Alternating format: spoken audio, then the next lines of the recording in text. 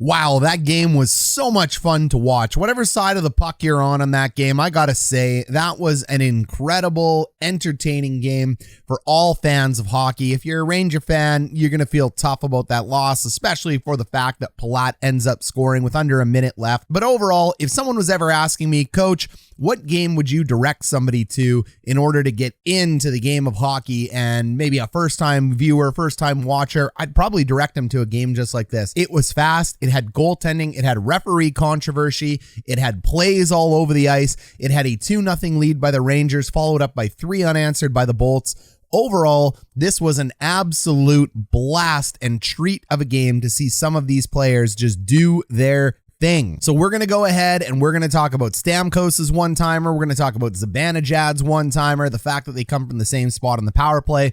We're going to talk about Jacob Trouba in his game. We're going to talk about the Rangers. We'll go ahead and talk about goalie running. We'll talk about hands up. We're going to talk about everything right now.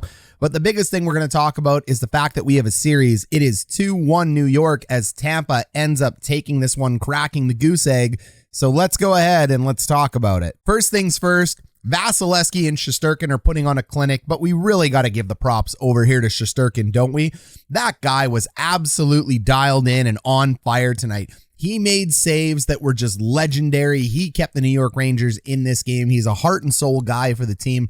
This is what get teams fired up. And New York really relied on the two biggest things that have brought them to the dance throughout this entire playoffs, and that is Shesterkin and their power play. Both are special. Both started off incredibly strong this game, but it is the Tampa Bay Lightning's resolve that ends up finding a way to crack the great Igor. Heading over to naturalstattrick.com, you can see the Lightning absolutely deserved to win this game. They dominated in Corsi. They dominated in the shot count. They dominated in the scoring chance count. They had 14 high danger chances to 5 for the Rangers. I mean, that is unbelievable. The expected goals were meant to be 3.29 versus 1.54. This was an absolute kicking. If we head over to moneypuck.com, even the deserved to win-o-meter agrees, 65% to 33%, and that actually matches these numbers that are over here. So the advanced stats guys agreeing on this one.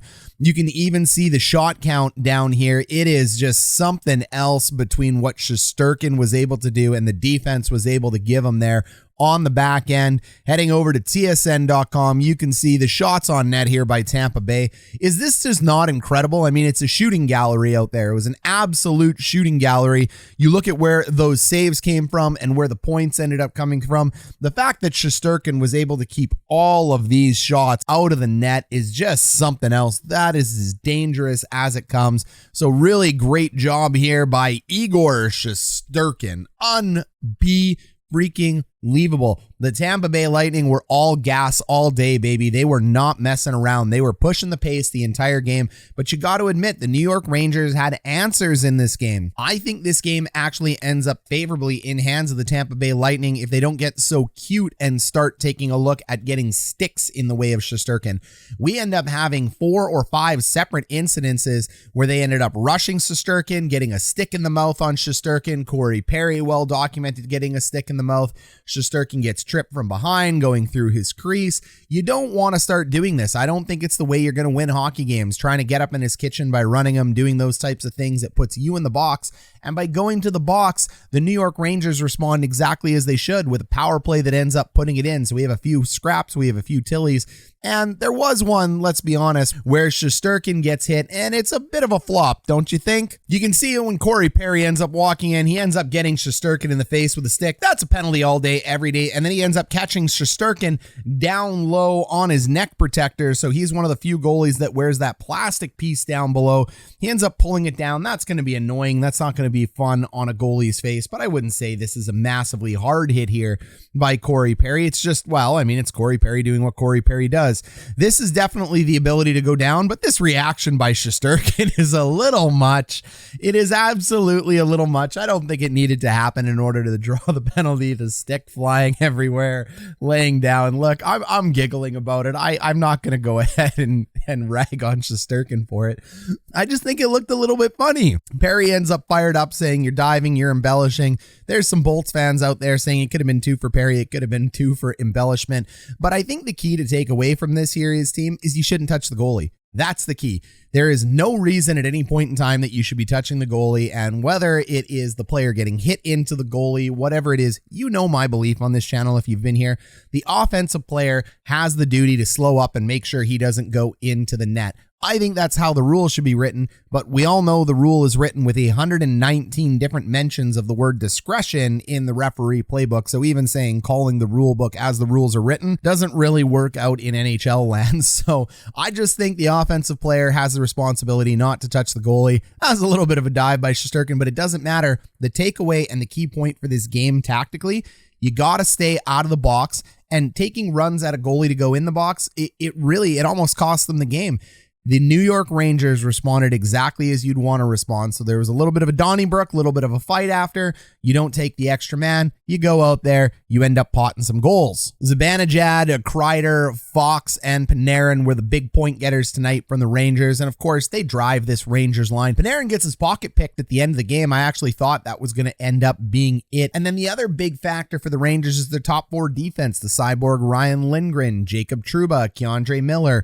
Miller had an okay game tonight. I thought Trouba just didn't understand how to walk the line. This wasn't his best game, in my opinion. Too many penalties there by Jacob Trouba. He ends up taking 6 minutes total. I think Trouba could have been in the box for 10 minutes very easily. I mean, there was a play behind the net there where he gets his stick caught up while the New York Rangers are on a power play. I don't see how that ends up being no call, but it's no call. The Rangers end up scoring on that power play. That was the Zabanejad goal. Look, at the end of the day, the refs will call what they want. I thought that was a missed call. I don't spend a lot of time getting on referees for this. It's the playoffs. They do what they're going to do because Trouba ends up getting away with that one. I thought the elbow to the head of Bellemare would have ended up being a call. It wasn't. So at the summary of all these calls, I think Lance Kane, one of our members over there in our Discord group and on this channel, which you can join down below if you want to go ahead and join the members. Big shout out to this crew here for chatting it up in the Discord. Big shout out to Lance Kane. He goes by Gannon in our Discord for this one. He said, look, as an Oilers fan, let me tell you something. When you think the calls are going against your team, that's just your passion and your love for your team. So I fully agree with what Lance has to say there. And that's the point I want to get at on these calls in this game. I thought some of the calls were weak. I thought a ton of the calls were missed. I thought it was equally bad for both teams. I always think refereeing stinks, and you shouldn't let the refereeing take control of the game when it comes to you winning or losing. So I don't think the Tampa Bay Lightning allowed the refs to control the pace or dictate the game, but I thought the New York Rangers did their best at capitalizing in on their chances. And that's all I can really say about refereeing. It's not really going to swing a game because at the end of the day, the players are in full control of their destiny. They can kill penalties. They can score power play goals. They can make saves. The players are the ones that end up dictating it, but bit of a banana sandwich game. Edge of my seat kind of excitement. Thank you to the referees for that one. Speaking of thank you for all being here. We just passed 9,000 subscribers. That's unbelievable. We were 3,500 before the playoffs ended up starting. Thanks everybody for catching on to this channel. It's on fire. It's thanks to all of you. We really appreciate it.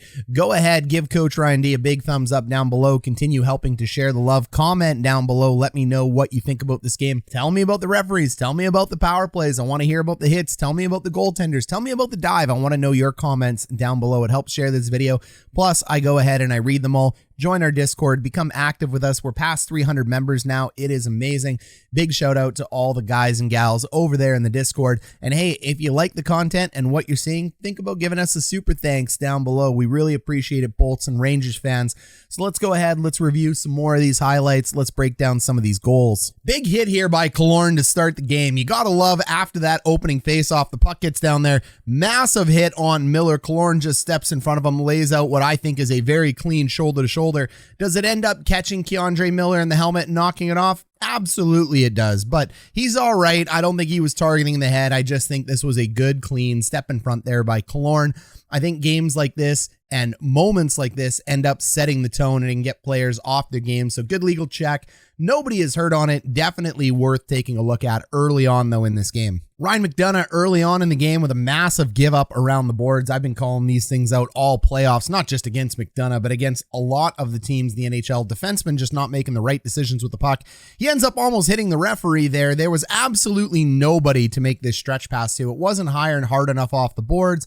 It's just not the right type of play you want to make. Jacob Trouba ends up picking it in off the boards, takes 2 strides in, head down. Massive clapper here by Trouba Easy little save there by Vasilevskiy, ends up directing it into the corner. Turnovers like that can be goals that end up going in. They can change the course of the game. Really nice job there by Vasilevskiy. Good pinch and read by Jacob Trouba. This play right here in the first was a nifty little move here by Nikita Kucherov. Absolutely brilliant. He ends up coming in, moves Shesterkin to his post, and then what you're going to end up seeing is instead of trying to put it out front, he's actually trying to play it off Shesterkin's pad in order to bank it in. I thought this was a brilliant, nifty little play here by Kuch. It was kind of funny. It's a little bit of a wiener move. It almost goes in. Shesterkin and Adam Fox end up keeping it out of the net. What a nice little play by Kuch. Every now and then he thinks of plays that I have to applaud and slow clap. This is why Vasilevskiy ends up getting the second star. Puck ends up moving from low to high here. And take a look at Vasilevskiy's eyes. He's got to reach around. He's got to be able to see that puck. And then he has to end up changing his direction to find that puck. He ends up making 3 massive saves here for the Bolts.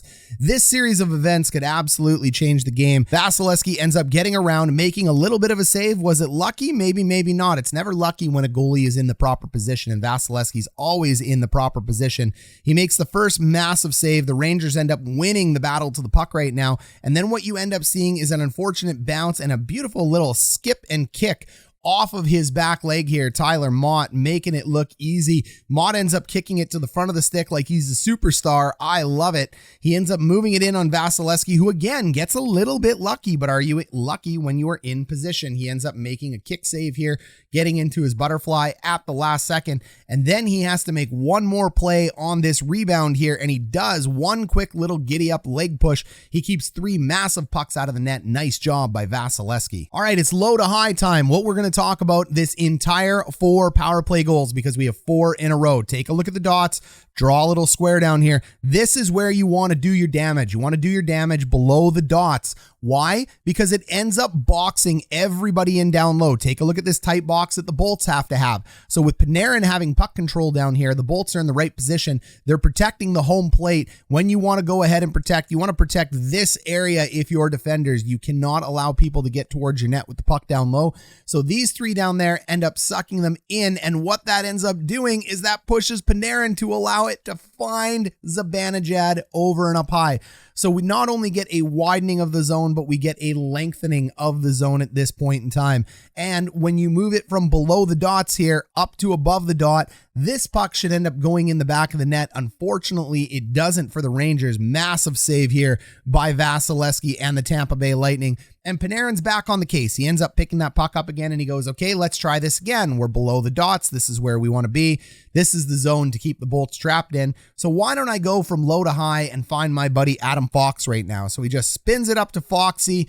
Foxy is going to play it here off the wall, and he's going to go ahead and widen the zone one more time over to Mika Zabanejad. So as he finds him open and loose, you'll see again 4 players down low. There's not much they're going to be able to do to catch this. This is why lengthening the zone, widening the zone, playing below the dots to above the dots is key. You want to change height and you want to change width.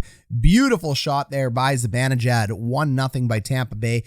Captained, carried, led by Panarin on the power play there. He is definitely quarterbacking this thing, but beautiful job by Fox, and what a great finisher in Zabanejad. If it's working for you, do it again. Panarin comes in, makes a little bit of a shot on net here. This is why you get respect when you're down low. You always have to shoot it just to make sure that you're giving the team the looks that they see. You got to know you're in danger to shoot. It ends up kicking out. Puck is right over here. They find Zabanejad. This puck should be in the back of the net at this point in time. This is a really hard angle change for a goalie to end up making, but it skips over his stick, little giddy up, and we end up moving it to Adam Fox up at the top. Fox is then going to go ahead and he's going to move it over to Artemi Panarin, who's over on the right side. And what do we see again? We're going to wait and see. He's going to take that puck below the dots. So they're going to make a pass with the puck below the dots here, and they're going to come right back up again and do exactly what they did before. Why? Because it's going to trap the Bolts down low. So let's take a look. Panarin moves forward. As Panarin's moving forward, you can see all the Bolts getting low. Remember, he took that shot. He's a viable shooter. They know it. They have sticks in lanes, and Panarin makes a just beautiful pass right through the triangle here. They end up finding Zabanejad one more time, and Zabanejad isn't going to miss this time. He isn't going to have a hiccup on that puck. He ends up putting it in the back of the net. What a beautiful goal. That low to high, you end up trapping the Bolts down low. And is there anything the Bolts could really do about this? The answer on this play is no. They played two very good penalty kills there. Structurally, their sticks are where they need to be. The power play just ends up winning and beating you at times, and that is what the New York Rangers ended up doing in that moment. I love the fact that they're playing below the dots. Below the dots is where you're going to generate offense. If you get caught too much playing at the top with the three shooters on top, you're not going to change enough angles. You're not going to suck defenders down low. There's going to be too many block shots. There's going to be too many opportunities for hit shin pads, too many opportunities for the penalty kill to win it. But when you play below the dots, you widen and lengthen the zone. Great things happen. The Rangers just showed us exactly how you clinic a power play. Nikita Kucherov and the Tampa Bay Lightning say, all right, Coach Ryan D, you want to see low to high? We'll show you what you end up doing. Remember, this zone is where you want to play with the puck. This is where you're going to do damage on a power play. So Kucherov ends up quarterbacking, captaining, leading this power play, just like Panarin did over there. There's a lot of Russian influence going on in this series. Goaltenders, goal scorers all over the place. He ends up feeding through just absolute soft silk over here to Steven Stamkos, one of the most deadly shooters in the NHL. That puck ends up making it over, and Stamkos decides to not shoot. He's a really smart player, and I don't know if you just saw that little hiccup, but he goes, I don't like the angle. Shesterkin made the play. Shesterkin has the angle. I'm absolutely elite. I know when I want to do what I want to do, and I think on this one, even though I have full puck control, I don't want to go ahead and take the shot. It's not a good shot. So you can see the stick ends up laying down, and what is Stamkos going to do? He's going to put sauce right through the middle of the ice, and he's going to hit Nikita Kucherov again. So they play a little bit of pitch and catch here. It ends up going over to Kuch, and I don't know if you've ever heard the term wheelhouse or wheelhouse hockey. This is your wheelhouse when it comes to taking shots, and your wheelhouse is usually somewhere in here. It's this little area right around your feet. I don't know if that's drawn very well. That probably makes look of something that you want to see, but this is not in your wheelhouse. When it is tight to your hands like this and you have to have a stick position here, this is not an area that is considered in your wheelhouse. It's not a good time to shoot.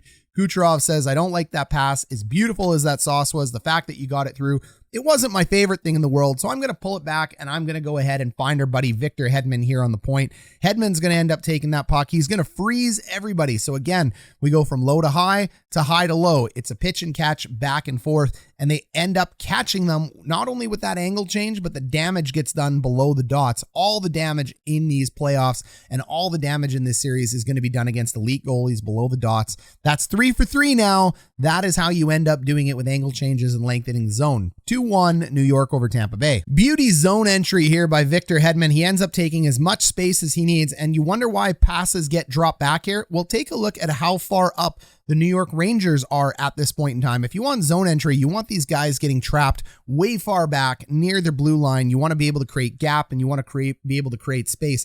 That's exactly what the drop pass ends up doing. It moves it back. It creates space and gap. Take a look at the Rangers defenders. They all have to back up now. There's no way for them to do what is called a re-gap. So Andrew Copp was right here. There's no way for him to re-gap and come back and close it.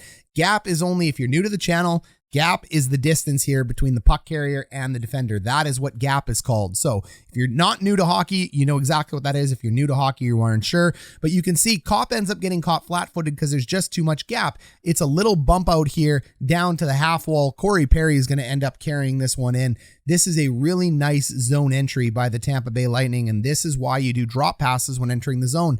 And then what you end up seeing is Corey Perry carries it down low. He's still a very highly skilled player. What do you see? You see he's below. Corey Perry is right here. He is below the dots. Take that puck below the dots. Do your damage. You got to give respect to players that go below the dots.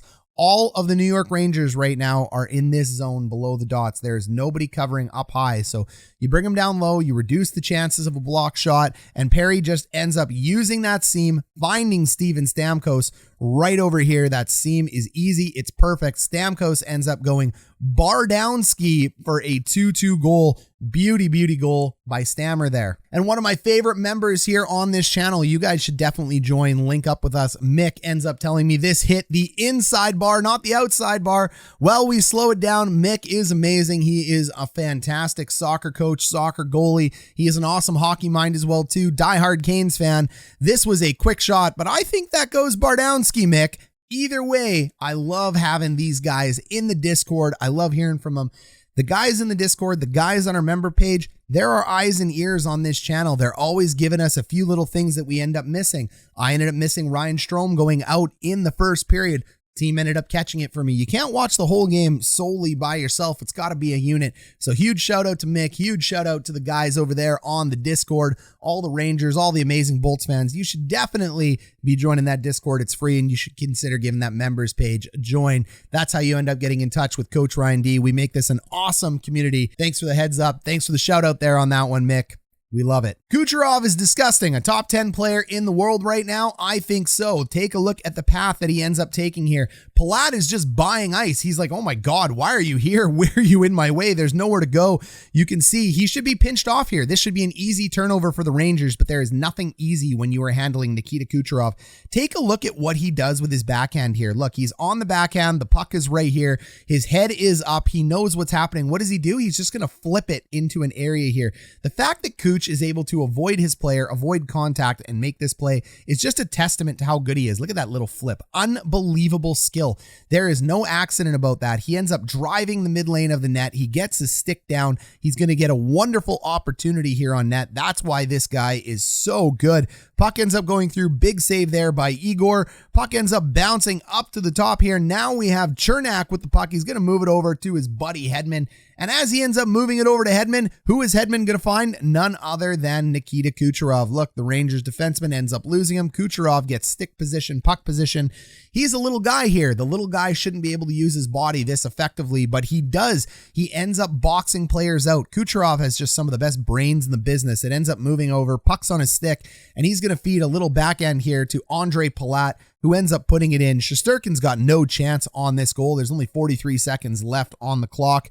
Beautiful little hesitate and pass. He doesn't just shovel it over. He makes a quick move, and then he moves it over exactly as he needs to do it. That finds Palat's stick. It is like Kucherov has the puck on a string, or he's telepathic. He just puts the puck everywhere it needs to go. They beat Shesterkin right here. There's not much Igor is going to be able to do. I mean, that puck shouldn't get through. That goal should never go in.